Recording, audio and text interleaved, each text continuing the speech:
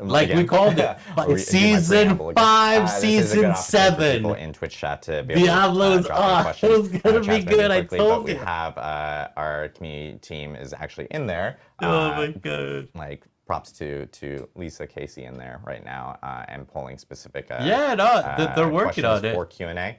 I'm watching Rich. By the way, no one sees this. Rich is. We have a whiteboard in here. Rich is like, oh, Midwinter Blight. This is a question that a lot of people have been asking. It ends on January 2nd. Right. So people who are asking in chat, Midwinter Blight goes through January 2nd, so everyone is aware of that. When does the season end? Abattoir Azir actually goes nearly to the end of the season. That's right. So players can check out Abattoir Azir almost all the way. I thought it was a 4-month season.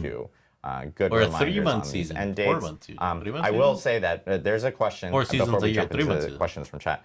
There was a question that we've been getting a lot online from console players, specifically related to gold trading, that I do want to actually address as well. Oh yeah. People send me videos, and I totally understand. It has become very, very tedious to actually trade gold, and since gold accumulation has actually grown within Season 2. It's become very tedious as a console player to trade gold using the UI and the user interface within the game. You just click.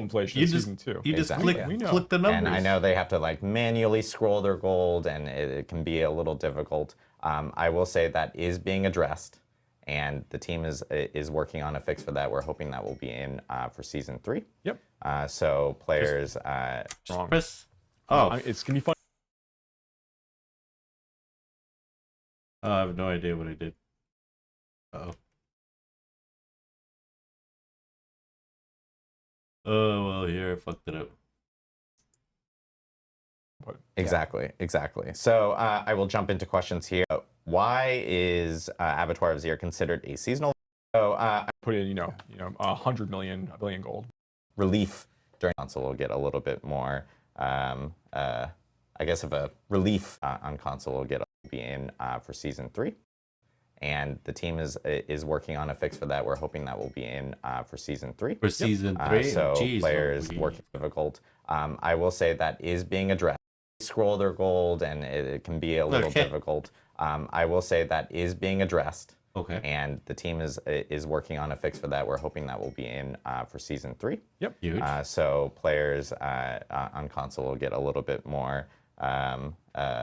I guess, of a relief during that specific point. Yeah, it'd be a lot easier to put in, 100 million, a billion gold, whatever you want to put it. Exactly. So I will jump into questions here. We have Power Pig. Why is Abattoir Azir considered a seasonal event and not normal content? Yeah, because we want it to go away at the end of the season. That's why. So because, as I was kind of talking about a little bit earlier, but like the Abattoir Azir is a piece of content. We're putting it out there, and we really want to see how players interact with it. We want to see what people like about it, what they don't like about it. If y'all like it, it's coming in. Incorporate that into more things. And we are going to be looking for more. Like, they'll make it permanent. We say things like seasonal and evergreen. We are looking for more evergreen pieces of endgame content for players to engage with, to just kind of continue to level up the base Diablo 4 experience, particularly in that World Tier 4 environment. But we want to be able to do that in a way that is that is intentional, right? So yeah. I think you were saying earlier we want to make more content like this, but with Abattoir Azir, this is the first of its kind. This is the first time we've done something like this. Yeah. And so I think we're going to learn some stuff. Yep, this is the test, baby. We intend to learn some stuff from it. Question from Breezy Seashore regarding Abattoir Azir. Will we get any sigils or sigil powder from Abattoir Azir dungeons? Abattoir Azir runs do drop sigil at the end, but you don't get sigil drops as part of the Abattoir Azir runs. Perfect. All right. And then I guess this is kind of similar to a question that you guys, the first question, which is from Mr. Beefcakes Gaming, saying, are we getting some sort of variation of this mode in future seasons? Or yes, I'm sure they're going to rework plans related to endgame. It all depends on how you guys receive it. Yeah, people like season 3. We know that we're going to be launching the gauntlet and the leaderboard systems and trials. So like we're gonna have some endgame content there. We are looking at more content just like this, and we will be releasing it as well. during the course. We're talking about some ideas potentially for season 3. We're talking about things we want to do in season 4. So we are working through all of that right now. But yes, you will see more content like this in the future. Yeah, and jump into Avatar next week and play it and tell us about it. Yeah. Like if you love it, then tell us, and we're gonna make. By logging on, dudes. Question from Rimas. This is where I This struggle. is like a year of this. Yeah, Of I've had Adam a saying year a of name these. with an Y'all upward just need to inflection have at the end of easier the name. Twitch names. Like mine's Pez Radar. It's like so simple. Come on, Not everyone. everybody can be as clever as you with Pez Radar.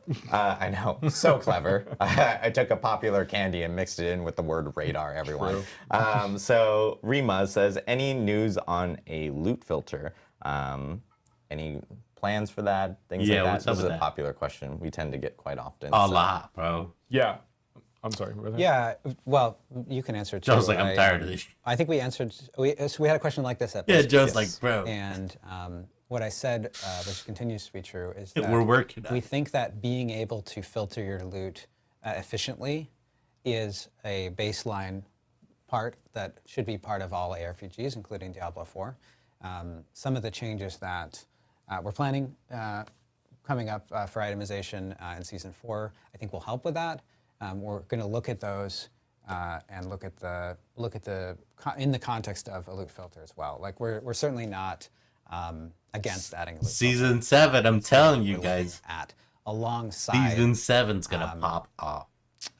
the changes that we're making. But the changes to itemization are so significant that if we added a loot filter today, it wouldn't work after we changed them.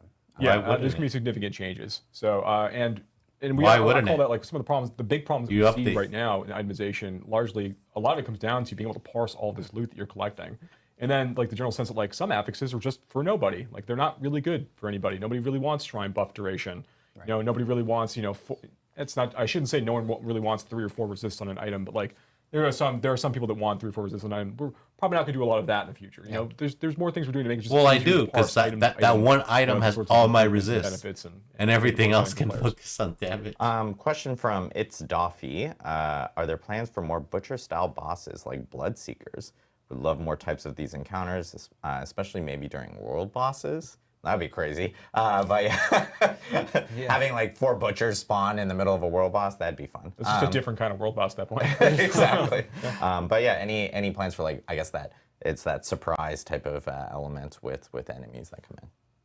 Yeah, we love that the gameplay that we're getting from Bloodseekers, like dropping into dungeons occasionally. I think you see even just like the fights at the end of the Avatar of Zir runs are already pretty fun because you don't really know what combination of affixes and Bloodseeker classes you're going to get when you kind of wrap things up. I mean, at that point, looking if for you're more just doing interruption, big gamma, it disruptive doesn't content really like matter, that. does it? That kind of creates these bolts of excitement when you're going through like a content piece that you think you might already know. I think it's really cool. Yeah, so you mentioned world bosses, and I was killing Treasure Beast last week. Okay. And when you stagger Treasure Beast, you can actually get one of those little treasure goblins that pops out. But his loot isn't very good, so we're going to fix that. So we're gonna not fix exactly Not butcher. exactly that, not even remotely but attached to the question, but Joe more. had that experience and wants to let everyone know that Go he's off, fixing Look, that. I got 1 rawhide and 300 gold. I'm sorry. I'm sorry. He said, a lot of "Fuck people are this." going like Treasure Beast. What's that? we That's, tend to use more 3 internal worlds. names prior to when we actually develop real names. The world boss with the big chest full of gold. Exactly. So ignore our internal. Hey guys. That was his internal. Yeah, or that's- utilize it and confuse everyone like we did. Exactly. You guys, I know that we've gotten questions about, we still get questions. We're still getting questions because people didn't see the beginning of the stream. We do want to confirm that we did talk about and address the questions we've been seeing a lot in the community related to pay for power. I've been swirling around people talking about, are you guys adding pay for power in Diablo 4? And I know that we talked about it in the beginning. We have confirmed that we are not planning on adding pay for power in Diablo 4. So I just want to reiterate that now because there's a lot of people who probably missed the beginning of the stream. I do want to just readdress that there are no plans for that. Again, we have no plans to add pay for power to Diablo 4. one more Yes, time. everyone who's sending me posts on X On X. I'm never gonna stop. I'm never gonna stop making jokes about this. I love that. I love it so much. And everyone keeps giving these same posts on X. Like we get it. You know, we still do not. The thing is, it's still we true. get it. There's no the survey leaked. We got you. In Diablo 4. Yeah. Cool. We get Question it. related to All good. actually color palettes, because we've been seeing a lot of like customization and everything. This is from Comfortably Dumb. When are we getting more color palettes for transmogs? Also, pink is a color.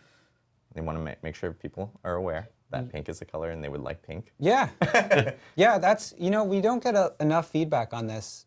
I think that there's a lot of cool ways to customize your black's a color. Your pigments in the wardrobe, and that there are a lot more things we could do there, both in terms of color palettes and other things that you could potentially color too. Awesome. Skulm TV asks, any plans to rework some skills or abilities? Like the Necromancer could really use some movement speed or skill abilities to help out with some of their movement issues that they're having right now. Nah. Yeah, I think Adam Jackson has been on stream before. We've talked about the Necromancer specifically not having a lot of extra like movement speed ability or agility style abilities like that. There is room for making these sorts of adjustments over time. There's not an immediate plan in terms of in season 3 we're going to do X. Like we don't have that, but we are trying to make sure that as we continue to release new seasons, make more unique items, make more legendary powers, that we're thinking about like the ways that players can use them to kind of augment and help parts of their class. Like we hear very frequently Sork has a really tough time dropping vulnerable on creatures, so everybody runs Frostgrove. Like we understand. There's things we have plans for, but like addressing these kinds of concerns that players have across The very board specific over the ones. course of Yeah. time. But we're also always looking for opportunities within itemization to also buffet these classes and give them some things, these extra support they need. Yeah. I'm going to take one last question here before we kind of close it out. This is BG Fan Germany. Will we ever be able to play the campaign on a higher difficulty?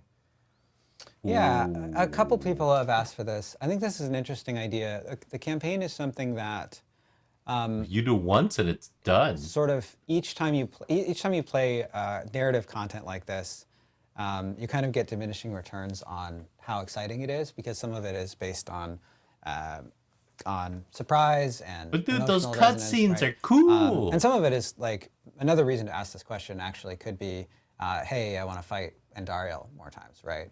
And so one of the things that was cool to see with season 2 is bringing like Duriel back, previously only part of the campaign, right? It'd be cool to do more stuff like that. But it also could be cool to play the campaign again on higher difficulties. Like we want to have more ways for T3, players T4? to play the game. Yeah. He said maybe. So and I will it's call this not out. really. Davey B mentions Diablo ebooks with Joe Pipora. Reading when? Yeah. Joe. Let me, Narrator Joe Pipora. I'll work with my agent and we'll figure out when I can start doing some voice work on the there side. we go. Well, thanks, Davey You know what? I B. appreciate that people like to hear the sound of my voice as much as I like the sound of my voice. So that's All great. right. Well, before we wrap up, I know, Mr. Joe Shelley, you would like to say a few words to the Diablo community as we wrap up our final stream here for 2023 for Diablo 4. Shit. Would you have any parting words? Yeah, I do. Let me get my hat. Oh. Oh This shit. hat specifically for It's this. been a long year. Sleepy Joe. All right. Now I feel more in the holiday spirit. He's embracing it. Very interesting to know. But yeah, like we said at the beginning, it's been a pretty exciting year, right? Like we went from testing the game, doing beta tests, doing open beta. Sleepy Joe. I remember getting my Shava horn and wearing it on my mount everywhere. I still wear it when I show up to World Boss. So I still wear everyone mine. can know. You gotta brag. You gotta be Yeah. like, as part of that group, that exclusive group. Getting my wolf pup from participating in the beta. All the changes we were able to make as a consequence of testing in the beta. Playing through the campaign, right? Getting to really have Mephisto as a huge complex character for the first time in a Diablo game. That was really good. Finding out what happens with Lilith, and getting to meet all the characters along the way, right? Bring the fish back to to that town in Scotland. The major beats. Hey, this.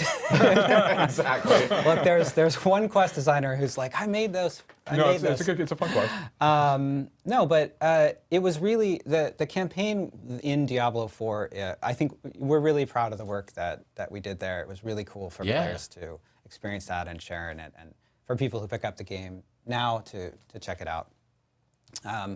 Of course, we launched Season 1, and we got tons of feedback on Season 1. I think we learned a lot from that. We did. It was a real learning experience for us. Those of you who've been with us for a while, I'm sure, Adam's had face an is just opportunity like, to give us a lot of that feedback. But one of the things that I want to point out here is that it's incredibly valuable to us to have players who are passionate about the game, because that's how we get the opportunity to make changes to it, right? Like when you have a game that no one cares about, you just don't get any feedback about how it can be better. And one of the reasons we've been able to do all the things we've been able to do with changes in Season 2 and all the stuff we've been talking about here today and things that are upcoming for the game is because of all of your feedback. So please continue to give us feedback about all the things that you don't like in the game and all the things you like in the game. We love to hear it, really. Can I say one thing? I'm so sorry. Yeah, you can. So it's funny. Whenever Where's your hat? I don't have a hat. I'm so sorry. This is Joe signed up. One thing, like I do get asked this quite a bit. Like, how do you deal with all this feedback? Sometimes it's like really, really direct. And the way that I sort of think about it is like whenever someone sends me a message about Diablo 4, or we're reading a community post, or watching a video, whatever it is that we're doing, at any given time. Even when people are like angry or disappointed, like everybody ultimately, I think there's one kind of like truism here, and that everybody wants Diablo 4 to be good. Yeah. They went and played the game hoping for a specific kind of experience, and they want that. So even when people are like pretty, pointed in the ways they're talking about things they feel, it's because they're passionate about it. Humans. So yeah, it's just kind of undergirding your point. Yeah. I think I can't say it enough. Blood Harvest, right? Getting to do Blood Harvest in Season 2, getting six to eight people together, overloading the zone the zone cap so you can bring 150 lures together, farming that, getting so many legendaries that you have to stash them in your stash tab and then run portal back so everybody doesn't leave you behind. Getting Farm Duriel, right?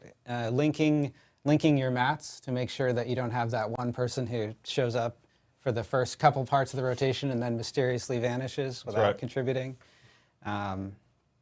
Getting to bring holiday events like Midwinter Blight. Like, we're really excited to be able to, we're all going to go away for the holidays. That's why I've got my hat here. And it's cool that when we go away for the holidays, we're doing it with a whole bunch of awesome new content for folks to play in Diablo 4. And it was cool to see some of the Steam getting nominated for a couple of awards in a couple of places, some player choice awards. I think players can still vote for that. So we would love it if best multiplayer game. If you nominated us for that. And I think this is our first year of this. It's been a long year and an exciting year, and we're really excited for next year and for the future, and for Season 3 and all the stuff we're bringing there, and is my light too bright? I feel like it's coming, and the expansion that we announced at Vessel of BlizzCon. Hatred, yeah. We've got so much stuff to bring to Diablo 4, and so we hope you'll join us for that. Okay. Yeah. So thank you guys again. Thanks to the Diablo community, of course, tuning in through all these Campfire chats, all our developer update live streams, and we have a lot more planned for next year. Our next stream is actually going to be live from Albany, New York. We're going to Albany. We actually we have of course locations with multiple teams here working on Diablo 4. We have a studio up in Albany that will be ready for Season 3 for a reveal. So we'll have a developer update live stream then. And so we're looking forward to going live from there. And Season 3 though, bro? Checking out Season 3 and revealing more information about it next time you guys see us on stream. Before we do head off, of course, we want to remind people about some other Diablo activities that are also going on during the holiday season. And we have like D2R, we are bringing back the 22 Nights of Terror that was introduced last year, so players will be able to actually experience that. D3, Season 30 PTR, notes go live tomorrow for that. So people will be able to see some of the balance changes that are coming in Season 30 for Diablo 3, and we'll have information about when that PTR is actually going to start. And of course, Dark Neos Tristram, which is a very popular event that happens every single year, will be happening for D3 again, so players can actually partake in that. And for Diablo Immortal, we have a huge update. It's actually probably our largest update since the Blood Knight, which is the Splinter Souls update, which will be coming on December 14th. So lots of Diablo activities throughout the holiday. Again, thank you to it's funny, the whole entire Diablo they've community never on really behalf talked of about the Diablo dev Immortal team on the here. stream again We're after looking that forward one to our holiday break, and we're hoping you guys enjoy your holiday break with Diablo. So thanks again. We'll see you soon. Goodbye. Overall, that's pretty good. I mean, the direction is going very well. They're fixing things. I mean, they're on it. They're on it. So, I mean, it's going overall pretty good. So can't complain too much. I mean, it, as there's, I think they said, why couldn't it have launched like Season 2? You know, but hey, that's okay. I think that was pretty good overall. Lots of hope, lots of hope. My overview, I don't know if I'll be back for Season 3. Maybe. I'm still concerned about they're giving you a special pet to collect all your gold and gives you access to your stash. Like, pay for convenience. And also, they're going to charge you for stash tabs. So, I mean, they said they're going to give you sufficient tabs to play. But they did not guarantee that they're not going to charge for stash tabs. So, but they did guarantee they're not going to charge for power. There's no pay for power. Pay for convenience, on the other hand. That's still on the table.